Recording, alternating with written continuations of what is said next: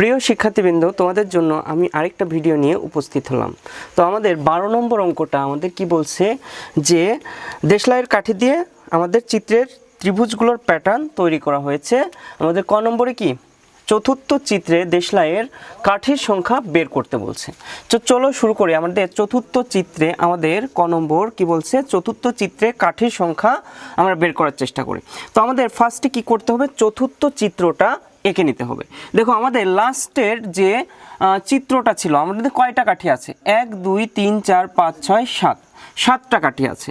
আবার আমাদের দ্বিতীয় চিত্রে কয়টা আছে বলো তো, 1 2 3 4 5, তাহলে 5 আর আমাদের লাস্টে কয়টা, 7টা। তাহলে আমাদের দেখো 7-এর থেকে আমরা যদি 5 বাদ দেই তাহলে আমাদের যে পার্থক্যটা সেটা কত বেরোবে বলো তো, আমাদের 2 বেরোবে। তাহলে আমাদের এখানে কয়টা করে কাঠি বাড়তেছে, 2টা করে। ফার্স্টে একটু বেসিকটা নিয়ে নাও যে আমাদের এখানে কিন্তু 2টা করে কাঠি বাড়ছে। তাহলে আমরা কি লিখব যে চতুর্থ চিত্রটি হলো, চতুর্থ আমরা কি লিখব, চতুর্থ চিত্রটি হলো, চিত্রটি হলো। তাহলে আমরা কয়টা কাঠি বাড়াবো, 2টা। তাহলে ফার্স্টে আমরা তৃতীয় চিত্রটা এঁকে নিই, ঠিক আছে। আমরা তৃতীয় চিত্রটা এঁকে নিলাম, ঠিক আছে। আমাদের তৃতীয় চিত্রটা কিন্তু আঁকা হয়ে গেল। কয়টা ছিল, 1 2 3 4 5 6 7। দেখো 1 2 3 4 5 6 7। এখন 7-এর সাথে আমরা কি করব, 2টা কাঠি অ্যাড করে দিব। তাহলে আমরা ফার্স্টে এদিকে একটা কাঠি অ্যাড করলাম আর এখান থেকে এই কাঠিটা মিল করে দিলাম। তাহলে মোট কয়টা কাঠি হলো দেখো, 7 8 9। তাহলে আমাদের চতুর্থ চিত্রটি কিন্তু তৈরি হয়ে গেল, তাই না। এরপর আমরা লিখব যে চতুর্থ চিত্রের দেশলাইয়ের কাঠির সংখ্যা, অতএব কাঠির সংখ্যা কয়টি হবে বলো তো, কাঠির সংখ্যা হবে কত, সংখ্যা হবে আমাদের 9টি। আশা করি তোমরা ক নম্বর অঙ্কটা খুব ভালো করে বুঝতে পারছো। এখন আমাদের খ নম্বরে কি বলছে বলো তো, প্যাটার্নটির পরবর্তী সংখ্যাটি কিভাবে বের করবে তা ব্যাখ্যা করো। তো আমরা একটু প্যাটার্নটি একটু লিখে নিই, আমাদের কাঠির সংখ্যা আমরা একটু লিখে নিই। আমরা কি লিখব, প্রদত্ত প্যাটার্নের দেশলাইয়ের কাঠির সংখ্যার তালিকা। তাহলে আমরা খ নম্বর কি লিখব, ফার্স্টে প্রদত্ত প্যাটার্নটির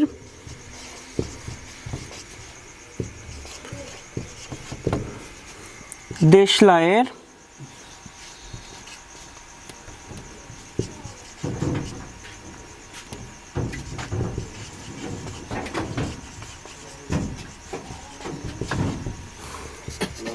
কাঠির সংখ্যার তালিকা। ওকে, তাহলে আমাদের প্রথম চিত্রে কয়টা কাঠি আছে আমরা একটু গুনি। দেখো 1 2 3, তাহলে আমাদের প্রথম চিত্রে যে 3টা ছিল আমরা লিখে ফেললাম। দ্বিতীয় চিত্রে আমরা কিন্তু বের করছিলাম 1 2 3 4 5, তাহলে দ্বিতীয় চিত্রে কয়টা, 5টা। এরপর আমাদের তৃতীয় চিত্রে কয়টা বলো তো, তৃতীয় চিত্রে ছিল 1 2 3 4 5 6 7, মানে 7টা। তাহলে আমরা একটু পার্থক্য নির্ণয় করে নিই। অতএব আমরা কি লিখি, পার্থক্য লিখি। পার্থক্যটা কি, আমাদের 5-এর থেকে যদি আমরা 3 বাদ দিই দেখো কত থাকে, 2। আবার 7-এর থেকে 5 বাদ দিলেও কিন্তু 2 পাচ্ছি। তাহলে এই 2 কি যোগ করে আমরা কিন্তু পরবর্তী ক নম্বরের চিত্রটা এঁকেছিলাম, 9টি হয়েছিল, তাই না। তাহলে আমরা ওখানে কি প্রশ্নটা কি বলছে, প্যাটার্নটির পরবর্তী সংখ্যাটি কিভাবে বের করবে। তাহলে আমরা কি করব, যদি আমরা 7-এর সাথে 2 যোগ করি, আমরা কি লিখব, 7-এর সাথে যদি 2 যোগ করি তাহলে আমরা পরবর্তী আমাদের যে কি চিত্রটি বা পরবর্তী আমাদের সংখ্যাটি পেয়ে যাব, পরবর্তী সংখ্যাটি পাবো, ঠিক আছে, পরবর্তী সংখ্যাটি পাবো।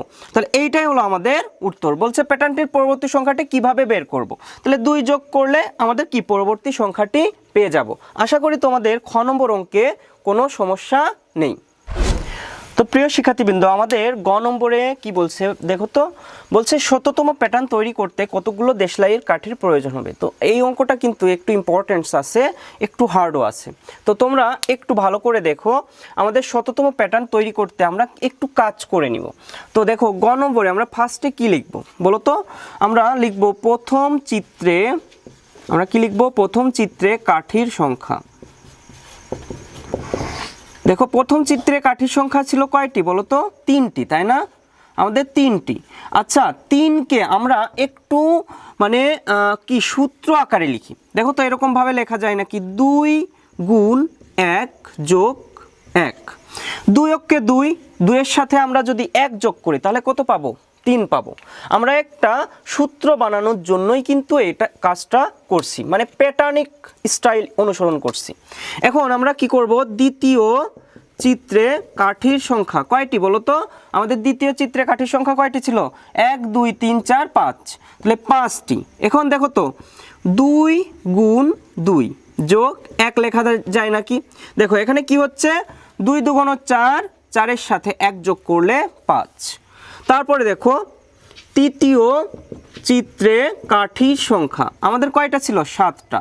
তাহলে আমরা এখানে কি করব, 2 গুণ 3 যোগ 1, 3 2 6, 6-এর 1 7। এখন আমাদের সবগুলো কিন্তু মান আমরা বের করে ফেলছি। কেন বের করছি একটু খেয়াল করছো, যে এখানে দেখো 1-এর পরে 2 আসছে, 2-এর পরে আবার 3 আসতেছে।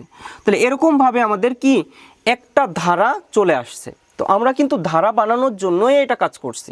তো এখানে আমরা কি লিখব, ক তম চিত্রে কাঠির সংখ্যা। তাহলে বলো তো আমাদের ক কোথায় বসবে, ক হলো আমাদের কি এই যে ধারা, সেই ধারা ওখানেই আমাদের ক বসবে। তাহলে আমরা কি লিখতে পারি, 2 গুণ ক যোগ 1। এটাকেই আমরা কি করব, 100তম, যে আমাদের শততম প্যাটার্ন তৈরিতে কতগুলো দেশলাই প্রয়োজন হবে সেটার কিন্তু সূত্রটা আমরা পেয়ে গেলাম। তো আমরা এখন কি করব, যে আমরা লিখে ফেলি, অতএব 100তম চিত্রে কাঠির সংখ্যা।